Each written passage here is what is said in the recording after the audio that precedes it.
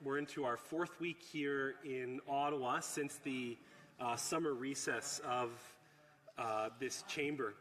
Over the summer, like many people here, I spent a large amount of my time door knocking, reconnecting with my constituents and indeed British Columbians across my province.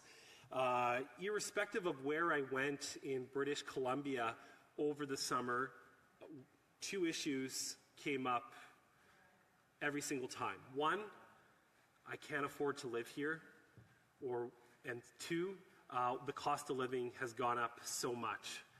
And I separate those two because while on the second point, it's about groceries, car payments, insurance, et cetera, just the general cost of life. And then on shelter, just the exorbitant costs that British Columbians are faced with, and I will argue is probably more acute where I live in the Fraser Valley and in the broader Vancouver region, Lower Mainland, that people are faced with. So some of the questions I heard from young Canadians, or some of their comments is, what did I do wrong? What did my kids do wrong? Why is there no pathway for the life that I envisioned when I was growing up in British Columbia?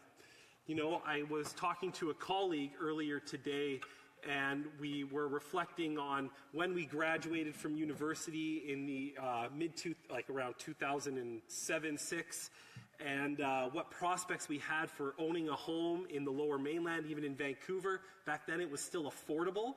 And today, you can be earning a six-figure salary, living in Abbotsford, barely able to cover your rent and your basic necessities. I never thought in my wildest dreams we would come to a place in Canada where a six-figure salary would no longer necessarily be enough to raise a family. But let's break that down. So if you're taking home $6,000 or $7,000 a month after your taxes and any pension contributions on that salary, maybe a little bit less. Say you're making between $5,000 and $6,000 a month or maybe a bit more on a $100,000 salary. Right off the bat, you're going to be putting $3,500 of that to rent a house or a unit that will allow you to have kids. After that, you're going to have your car payment, your Fortis payment, your natural gas, your cell phone bill, and then of course your groceries, and then clothing. If you're living on a salary of around $100,000 a year, it's not necessarily enough to get by if you're starting out today. That is the sad reality of living in Canada right now. And it doesn't have to be that way. It wasn't like that before. Many Canadians surmise that the Canada I once knew no longer is there. I don't know what happened. It happened so quickly. Was it during the pandemic?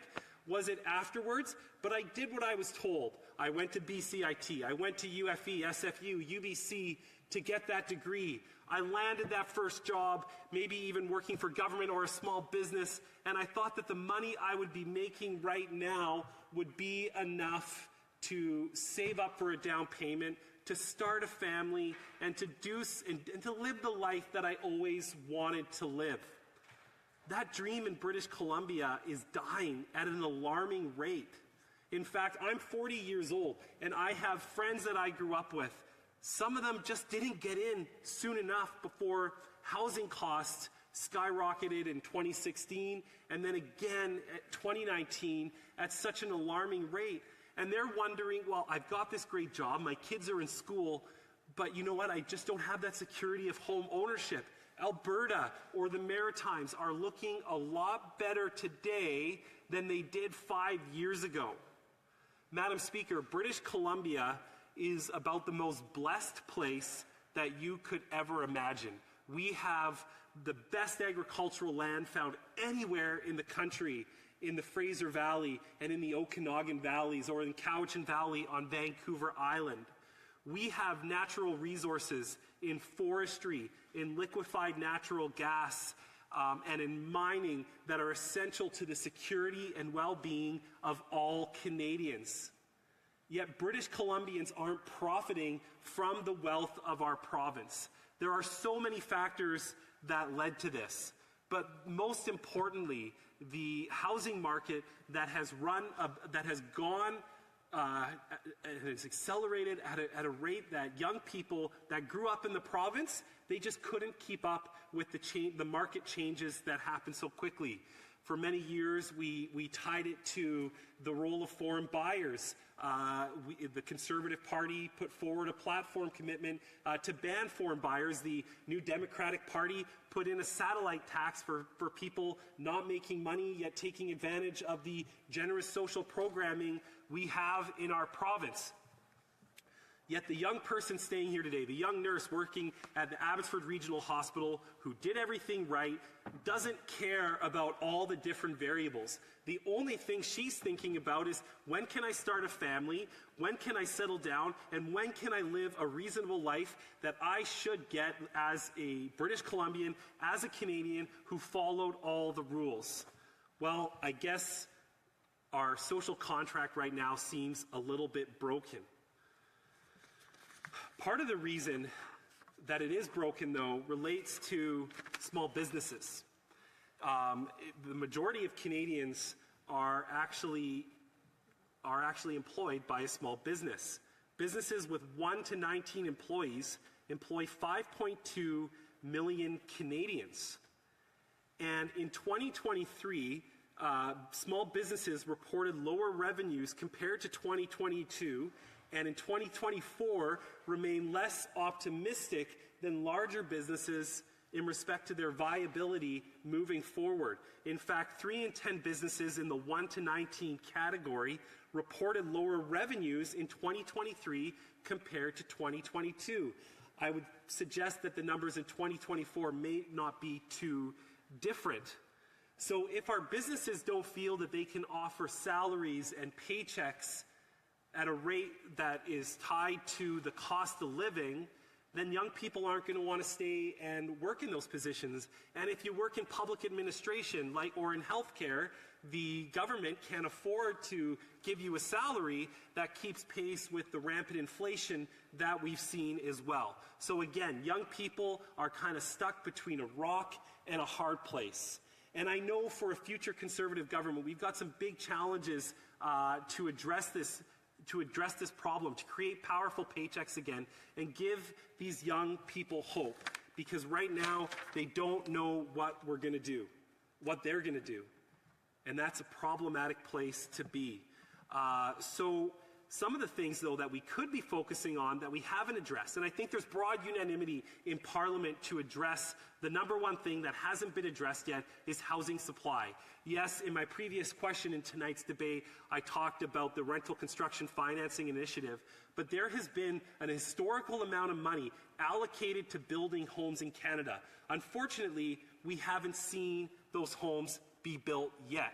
So in the report that we're discussing tonight, they talked about hearing from Infrastructure Canada working with CMHC to address the real challenges that young people are facing in our country. And I think those are good recommendations and good points to follow up on. One of the things the Conservative Party wants to do is tie future infrastructure dollars to the number of new homes being built. Across the board, the number one thing I think all governments recognize needs to happen is we need to build a lot more homes. Parliament is only one portion of a level, or one level of government that needs to play an active role in this, but an important one, because we hold the federal taxation power, and it is the federal government that funds a large portion of all infrastructure in Canada. So I believe that when the federal government starts signaling in real and concrete ways, hey, municipalities, until you start permitting more, until you start being more efficient with the taxpayer dollars that you collect through property taxes and development cost charges, we're not going to give you the infrastructure dollars until you build the homes that young people need. I think we need to start with that. And it's not just me saying it. Rami Bowers, the president of CMHC, has said it again and again. I think every economist in the country understands that if we do not get a handle on supply, we're not going to meet the objectives of young Canadians. We have to meet the objectives of young Canadians. The Conversation reported that Canada's housing market is among the most unaffordable, with one of the highest house price to income ratios among OECD member states. And just to note, housing prices soared over 355% between 2000 and 2021, while median nominal income only increased by 113%. Home ownership is increasingly precarious. And if you're like me and you're talking to your baby boomer parents or their friends, us millennials, when we say it's so much harder to get a home, and they say, well, you just got to pull up your bootstraps and get that second job. Well, no.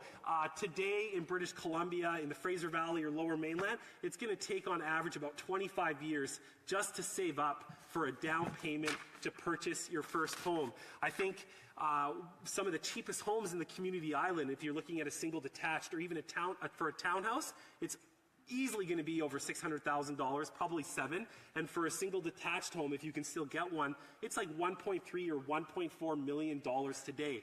Even if you're making a six-figure income right after graduating from one of our universities or trade schools, you're not going to be able to afford to get into the market. That needs to change, and supply needs to be a central component. One of the biggest challenges we face, however, related to supply is the fact, again, going back to our businesses, is that insolvencies have increased year over year. And in the last report from Statistics Canada, there's been a 9,000 decrease in the number of businesses in Canada, but most notably in the construction sector. So until we start doing something to change business confidence in Canada, we're not going to see more homes built, because right now, be it the capital gains changes, the CPP and EI tax increases, the red tape that small businesses face, that we're not going to see more people start businesses in the home building construction sector, because right now they don't see a path to profitability like they used to in Canada, despite the growing need. So we have to change things on housing. We have to change things on the number of homes we're being built and how businesses feel that they can operate in the economy today. I would be remiss in my time if I just didn't quickly touch upon homelessness, because the biggest consequence of not building enough homes is that people are falling between the cracks more and more. Across Canada, in October of 2023, there were more than 30 homelessness encampments spread out across the Halifax regional municipality. By July 2024, the number of homeless had risen to 1,316, a 30% increase in just 9 months. Government data estimates that there are some 235,000 homeless people across the country, but that is only counting people who access shelters, said Cheryl Forchuk, a professor at Western University in Ontario. In some cases, even our refugees is leaving Ukrainian evacuees homeless in Calgary. Agencies have said that they have found newcomers sleeping on the streets, at the airport, or at homeless shelters because nothing else is just available. Toronto's shelter system has seen a 283% rise in violence over the last decade due to overcrowding and inadequate mental health support. The PBO has outlined that the number of chronically homeless people has increased by 38% relative to 2018. Habitat for Humanity noted that 61% of young Canadians aged 18 to 34 are concerned about their ability to pay their mortgage or rent over the next 12 months. 28% of Canadians said they are considering moving not only out of British Columbia, but out of our country for greater affordability. That was outlined by RE/MAX in their fall 2024 market housing outlook that just came out on September 3rd of last month. And a new survey suggests stalled construction projects are holding up the delivery of at least 25,000 homes across Quebec. The figure potentially represents just a fraction of the true number of blocked units, since just 42 of the association members responded to the survey related to housing construction in Quebec, and that was reported in the Globe and Mail on October 31st of last year. Regarding some of the government's responses to this, the Housing Accelerator Fund, I think this has been a big failure. After giving Toronto $471 million, they increased development cost charges by more than $20,000. Those costs are passed down on to first-time home buyers and others alike. After giving Ottawa $176 million, Ottawa increased their development charges by 11 and 12%.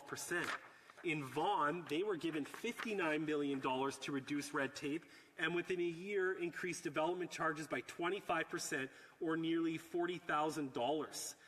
Mississauga increased development charges by over $10,000 within a year of receiving $112 million from the Liberals under the Housing Accelerator Fund.